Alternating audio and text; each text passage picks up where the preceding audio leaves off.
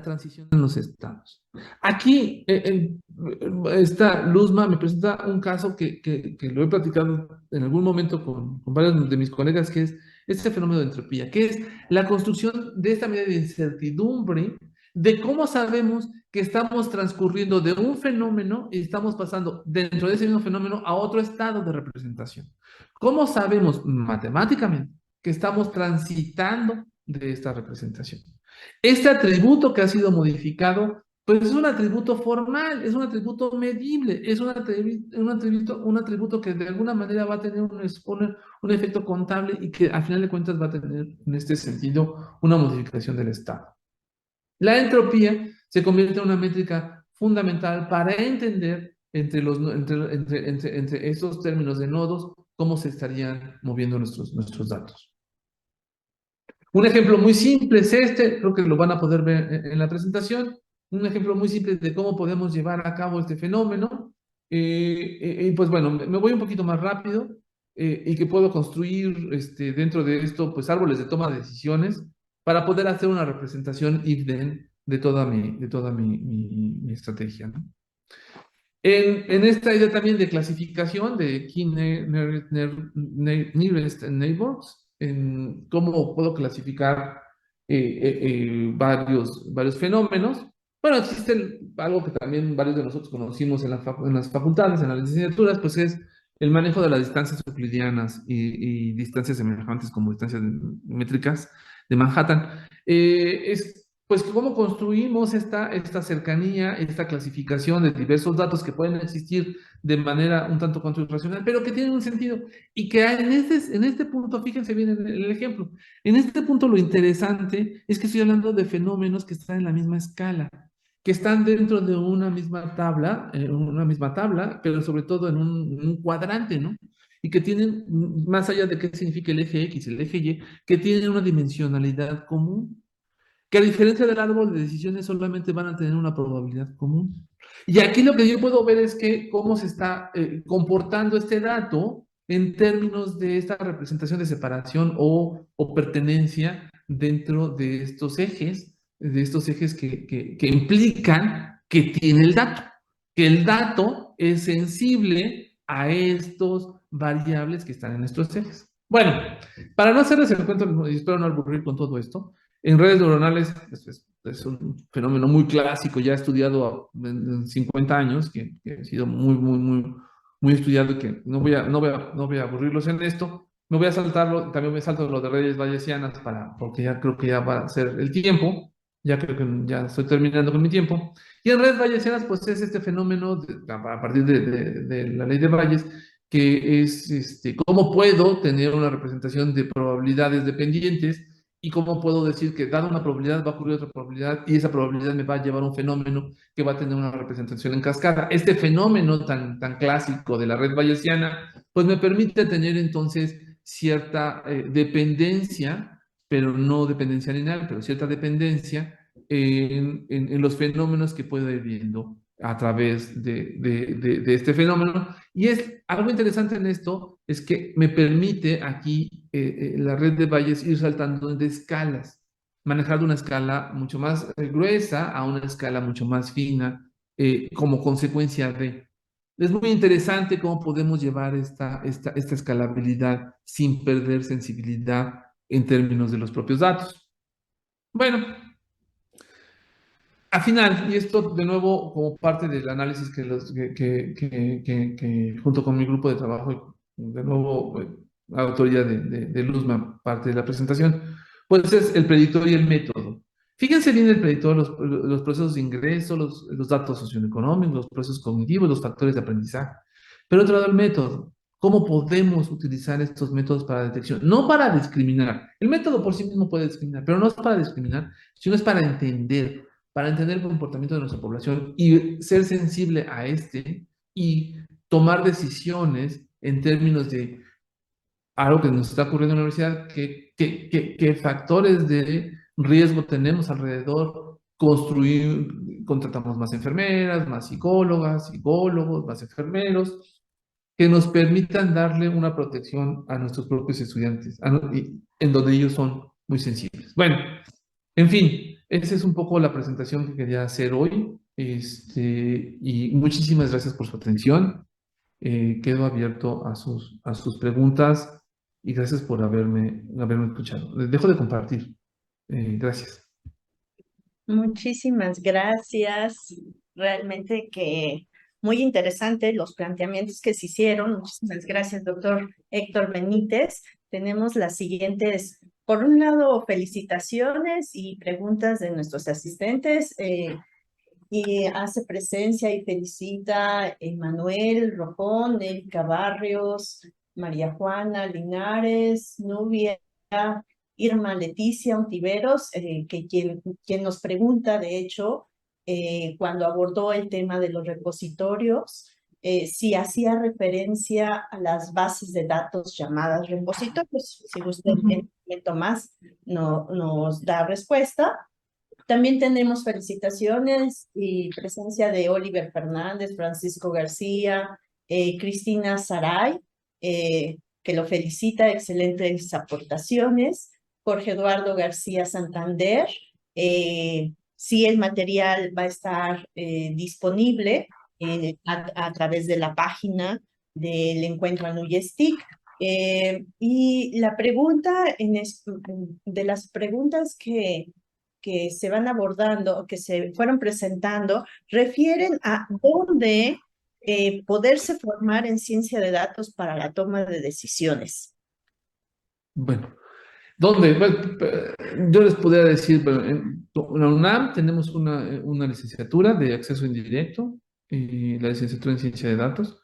Como universidad pública, ustedes pueden ver los requisitos y pudieran tal vez hacer una transferencia hacia la UNAM. Eso es posible con varias universidades públicas. Pero bueno, pero eso puede ser tardado, pues por toda la burocracia que pueden implicar, pero está ahí esta posibilidad. La segunda, hay varios diplomados. También la UNAM, a través de la DGTI, que ofrece diplomados en ciencia de datos. Hay otras licenciaturas en el país que ofrecen ya ciencia de datos. No tengo así el dato específico como para decirles en todas estas licenciaturas, pero yo buscaría licenciatura en ciencia de datos en México. Hay unas maestrías que son realmente interesantes. Creo que de nuestra institución hermana, el Instituto Politécnico Nacional, creo que tiene una licenciatura en ciencia de datos, pero puede que me equivoque, pero en el Centro de Investigación en Cómputo y la Escuela Nacional de Computación en el IPN sería donde pudieran revisar qué se puede estudiar. La UPY o la Universidad Politécnica de Yucatán, muy cercana a la ENES Mérida, en Mérida. Tiene una licenciatura en Ingeniería de Datos, que es de buena calidad. Hay maestrías que han empezado a explorar áreas en ciencia de datos sin necesidad de dejar de hacer la parte de biología, de ingeniería, la parte de química. Y bueno, yo lo que les diría es que hay una buena oferta, no sé si sea grande, pero sí es una muy buena oferta que pueden ustedes encontrar en México para estudiar ciencia de datos y por supuesto en el extranjero con diversos niveles de madurez, pues sí hay varias opciones, ¿no? Yo sería de buscar data science, si quieren, en el extranjero, o ciencia de datos en México. Yo lo que sí les recomiendo que sí busquen programas que los lleven a estudiar la base formal de la ciencia de datos y no irse en un entorno solamente del financiero, porque eso es muy común que ciencia de datos tenga un impacto. Ahí nació tal vez, yo no soy el experto en la historia de ciencia de datos, pero tengo claro que nació gran parte en el sector financiero, pero no es en el único donde ha tenido impacto, también en astronomía, también en física, en biología, en química. Y pues bueno, hay varias escuelas de conocimiento que tienen muy buen impacto, ¿no? Ese es mi comentario, Luzma. Gracias. Y muchísimas gracias. Hay otra pregunta que se plantea respecto a las iniciativas en términos de ciencia de datos con impacto en la sociedad. Creo que ya empezó a mencionar algo, pero quizá se pueda ahondar. Tenemos 5 minutos todavía para profundizar. Ujú. En la ciencia de datos con impacto en la sociedad. Ese es, de nuevo, yo creo que Se los diría, compañeros, de la siguiente manera. La licenciatura en ciencia de datos así nació. En la UNAM nació pensando en tener impacto social y dar respuesta a toda una comunidad que no venía de una formación de universidades públicas, de universidades privadas, lo cual no está, es muy bueno, tienen muy buena formación, pero una visión de este servicio a la sociedad en términos de universidad pública. Así nace en la UNAM y es en ese contexto donde queremos desarrollarlo. Creemos, no lo hemos terminado de explorar en la UNAM, no en México, en la UNAM, pero sí es un tema que conozco, que se ha explorado, es cómo hacer ciencia de datos en el entorno de economía o de econometría para construir modelos que impacten en el desarrollo económico de sociedades locales, comunidades, sin que tengamos que manejar la variable migración, sin que tengamos que manejar la variable de diferencias económicas extraordinarias que existen y que todos nosotros lo podemos ver en nuestra realidad, en el día a día de nuestro país. Está estos, de alguna manera, nos hemos aproximado con algunos econometristas a empezarlo a estudiar, a desarrollar, a entenderlo. Yo les diría que de nuevo, al ser un fenómeno social, es lento, no podremos tener resultados rápidos, tendremos que ser, porque son cambios sociales, son cambios de los individuos, cambios en diversas escalas.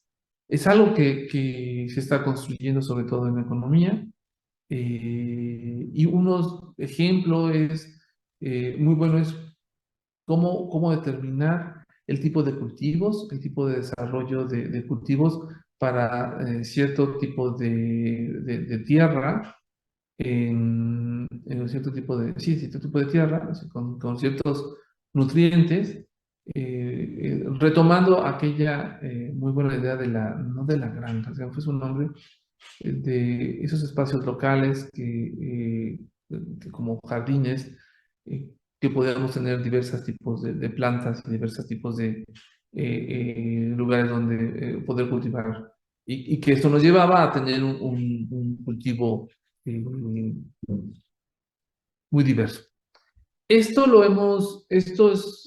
se está viendo sobre todo en la agricultura y en la economía, es donde yo le podría decir, aunque no de nuevo, hay que entender que el resultado va a ser sobre una variable o variables que van a ser lentas. Tenemos unas estrategias en inteligencia artificial junto con la Secretaría de Relaciones Exteriores, y una empresa que donó equipo a la Universidad Nacional, para poder construir proyectos de inteligencia artificial. Los llamamos inteligencia artificial, pero son proyectos de visualización, de machine learning, de representación de datos, que sean de una base transversal, que les permita trabajar con sociólogos, con agrónomos, con antropólogos, a la vez que con matemáticos y con ingenieros para la representación del fenómeno que se quiera ver. Lo estamos viendo sobre todo en sistemas agrícolas, y uno que es muy interesante, que se está apenas en revisión, que son sistemas de migración, para entender claramente la migración, que es un fenómeno que no más que nos aqueje, que al cual nos enfrentamos actualmente, y que hablamos de millones de personas migrando alrededor del mundo hoy en día, ¿no? Y cómo estudiarlo, cómo entenderlo, más allá de qué barreras ponemos, cómo desarrollamos de nuevo economías locales para desincentivar una migración sin orden, sino más bien generar economías y construir ligas sociales que nos permitan mantenernos en ciertas regiones del mundo, ¿no? Sería mi comentario, Luzma. Gracias.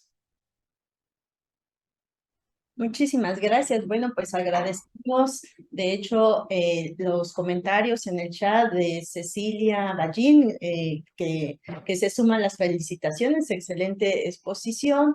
Tere Carrillo nos menciona, nos puede comentar sobre algunos resultados de un proyecto de aplicación en la UNAM, ¿no? Ya de algún modo se mencionó. Tenemos solo un minuto.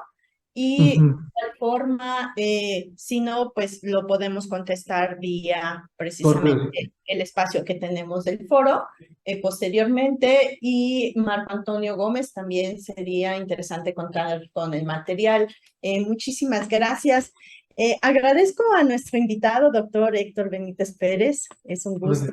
Comparta su experiencia. En breve le haremos llegar un reconocimiento por esta excelente conferencia. Gracias a todos nuestros asistentes. Los invitamos a que nos acompañen en las demás conferencias y paneles que tenemos programados. Muchísimas gracias, doctor. Nuevamente, muchísimas gracias. Un placer haberlo tenido con nosotros. Muchísimas gracias, Luzma, y muchísimas gracias a todas, a todos por estar presentes. Gracias y buenas tardes.